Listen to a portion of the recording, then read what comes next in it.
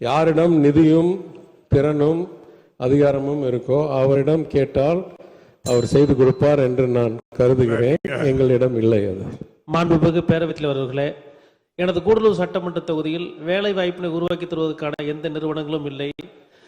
அதற்கு அருகிலேயே 2 மணி நேரத்தில் மைசூர் மற்றும் பெங்களூர் 4 மணிக்கு சென்றடைய முடியும். எனவே அங்கிருக்கக்கூடியவர்களும் வந்து வேலை செய்யக்கூடிய அளவில் எங்கள் ஊர் இளைஞர்கள் பணி வாய்ப்பு பெறக்கூடிய வகையில் எனது கூடலூர் சட்டமன்ற தொகுதியில் ஒரு சிறு தகவல் தொழில்நுட்ப பூங்காவினை அமைத்து தருவதற்கு அரசு முன்வருமா என்பதை தங்கள் வாயிலாக அறிய விரும்புகின்றேன். மாண்புமிகு அமைச்சர். பேரவைத்தலைவர்களே, இந்த கூட்டத்தொடரிலேயே இந்த அவையில் நான் என்னுடைய துறையில் இருக்கிற சிக்கல்களை கூறியிருக்கிறேன். நிதியும் மிகவும் குறைவாக ஒதுக்கப்படுகிறது.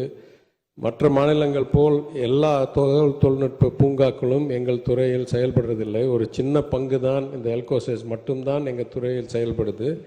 பாக்கி டைடல், நியோ டைடல்லாம் தொழில்துறையில் செயல்பட்டு வருகிறது. அது அசாதாரணமான சூழ்நிலையாக இருந்தாலும் அதுதான் 20 ஆண்டுகளாக தமிழ்நாட்டில் நடந்து கொண்டிருக்கிறது. எனவே யாரிடம் நிதியும் திறனும் அதிகாரமும் இருக்கோ அவரிடம் கேட்டால் அவர் செய்து கொடுப்பார் என்று நான் கருதுகிறேன். எங்களிடம் இல்லை. அது மாண்புமிகு உறுப்பினர் கேட்காங்க. மாண்புமிகு அமைச்சர், இதெல்லாம் நீங்க உள்ளுக்குள்ள பேசி சிஎம் பேசி முடிவு எடுக்க முடியாது.